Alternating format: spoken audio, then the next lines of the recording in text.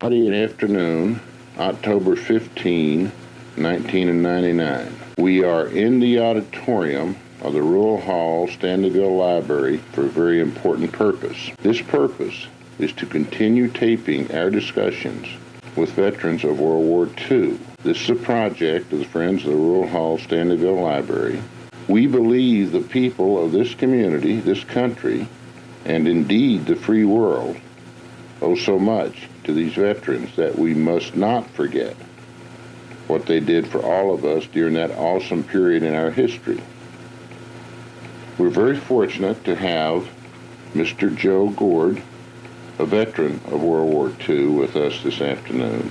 Shirley Tuttle is here, and my name is Amos Burke. We're both with the Friends of the Library. We consider this a very special interview. We've known Joe for some time and consider him a very good friend. Joe, we do appreciate your being here today.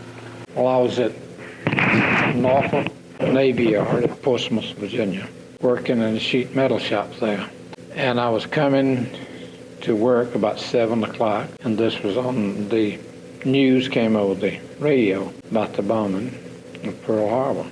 So from then on, it was just, a little talk, all day long about the bombing, first one thing and another. We worked on there. I did work on there for about 3 or 4 weeks. And the shop came around and wanted volunteers to go to Pearl Harbor. So I was the first one said yes. I got to Pearl Harbor 14th of February, 1941. Stayed over there and worked for about a little over 3 months. I decided I wanted to go back to the States. And instead of going, the States I got back to Seattle, Washington. I went down to the employment office and found me a job in Sitka, Alaska. I took that and went there and stayed about 18 months. And I got drafted from there.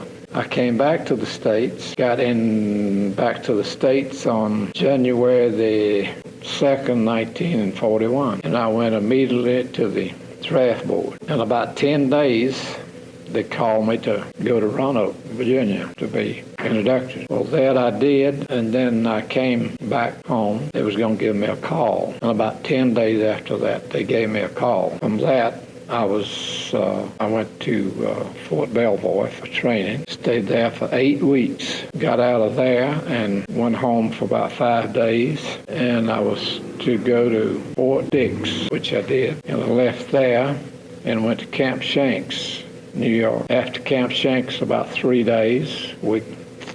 Then I boarded a ship in New York Harbor and went to Ireland. We stopped over in Ireland overnight, got off of the ship there, and was transferred on to another tugboat or something like that. It wasn't much of a ship anyway. And we went down to England. In England. Went down close to London, England, and was put up in a barracks down there. We stayed there for 7 days. After that, we flew over to France. They set us down over there in a dugout runway. We got off of that runway and went out and got into a hedgerow and stayed there that night. Then someone picked us up the next day, and we came back to Cherbourg, France, which was down on the coast, down at down in the English Channel. And I stayed there for about 2 months. Then we got to traveling up through France, Luxembourg, Belgium, all up through there. And we stayed in some of those places just 3 or 4 days, and was mostly just following the army up that was doing the fighting. We was going along repairing roads and bridges and first one thing like that. After we got there for about 6 or 7 months, the war ended, and we came back to La Havre in France. It was supposed to be a staging area. We stayed there for about 2 months, and then we was hauled down to, what is that place down in southern France there, down close to the Rock of Gibraltar. I shipped out of that down the Rock of Gibraltar. I shipped out of there back to New York. We took a southern route, taking about 12, 14 days to come back on one ship by itself, and we had to go I think we come along down the coast of Florida and all the way up to the harbor in New York. That's where we got off at. And we stayed overnight there. I don't know what the name of the camp was. I never did know the name of it. Well, we stayed overnight there, and the next day we was loaded on a train, and we came down to Fort Belvoir, Virginia. Stayed there for 2 days getting discharged. And after that, I came home to Stewart, Virginia. And then from then on, I was here and there and got over into Winston-Salem. When you went to Pearl Harbor after you had heard about the bombing, who were you working for then? Navy, government, I don't know what you want to call it. But you weren't an actual sailor. No. This would have been This was contract work. Civil service. What it was. Well, what did you do when you got there? Repair. You know, there's a lot of ships came in to repair them, just like you would here in the States anyway. Just sheet metal shops, what I was working in. So you were trying to put Pearl Harbor back together. Put Pearl Harbor back together. People out there around in the base where they dropped these bombs, they was clearing all that mess up, trying to get it back so you could work in it. And they did that for, I don't know, 3 or 4 months when I stayed there. That's what they did all the time. Those ships that was bombed, they was out in the harbor there. You could see some of them. Didn't go all the way down. Then when you went to Sitka, Alaska, were you still working for the Navy Department? No, I was still working for the Army. Engineering? They just transferred me out of the sheet metal shop over there.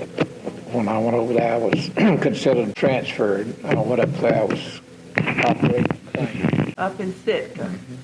That was building the base up there for soldiers and sailors. And I stayed there. The time that I stayed there, that was what we did, just put up barracks and put up gun emplacements. First one thing I like that. Built a road on this island, which was just a big rock. Now, the Japanese had a foothold in Alaska at that time, didn't they? Over around The Aleutians? Aleutians, yeah. We never did get into any of it up that far, but they were just playing it safe, building that stuff there. So then, actually, when you were drafted then, you went into the Army. Mm-hmm. And what company were you in? Or what was your duty? I was put in the 333rd Engineer Division, and I was in Company G, and I was doing like crane and shovel. It's the first one thing I like doing out there in the civilian life. When I was in France, I was just working as like anybody would in the construction work. You just had to shovel this stuff up where they'd bombed around there and make a road, clean out the roads where it had been messed up so you could travel on. And bridges like railroad bridges, they bombed them, knocked them out. We had to put rails back in those. And then when the war was over, we would just pull back to the coast and got ready to come home. How long were you over there after the war ended? About 4 months. That's the VE day. Do you remember the dates you went in the Army and the dates you came out? No, not right off, I don't. I guess in that thing right there, they got the discharge in there, the date I come out. January the 29th, 1944, I entered the Army. Stayed until January 46. When you came out and you got back to Stewart, did you use the GI Bill in any way? Oh, yeah. I went taking automobile mechanic.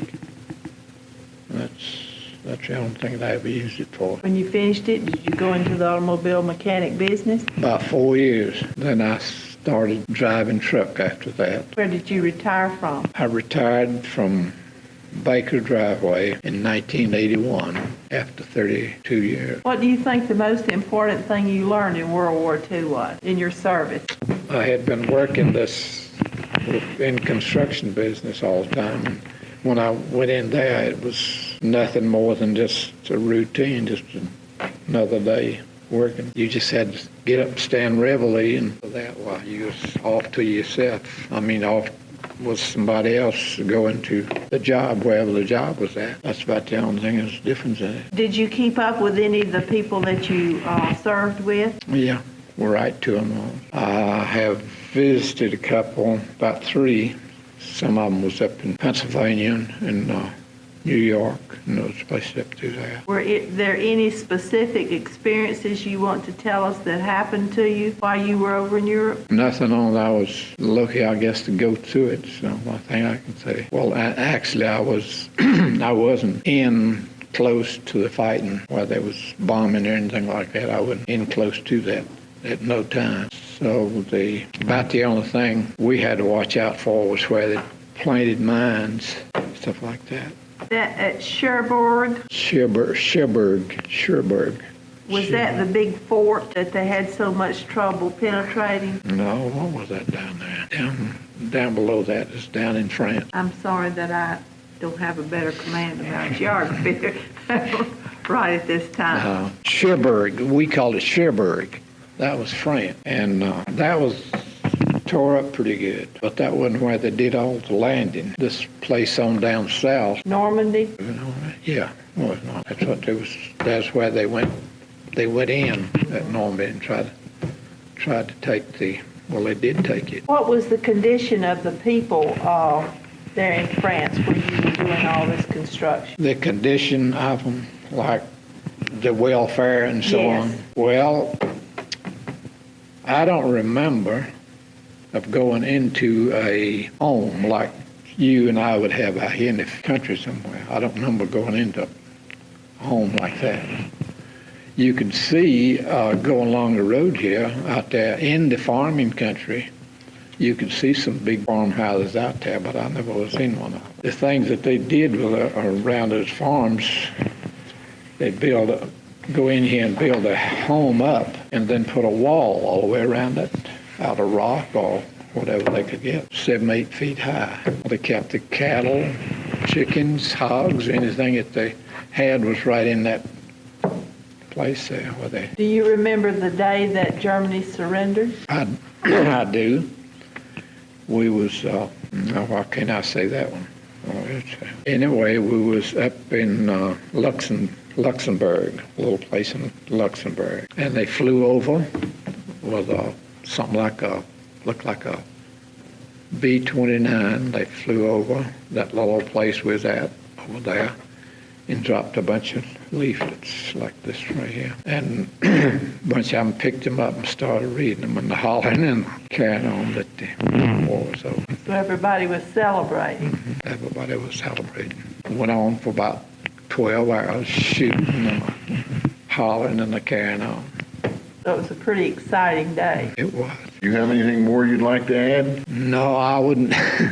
Just like I said, I couldn't think of that moment. I guess that's it. Well, we certainly thank you for coming in, and it was very interesting. Thank you. This concludes the 45th discussion we have taped in this series. Joe, I would like again to thank you for sharing your World War II experiences with us. I would like to thank you even more for all the things you did for all of us during that war. This was a very important period in our history.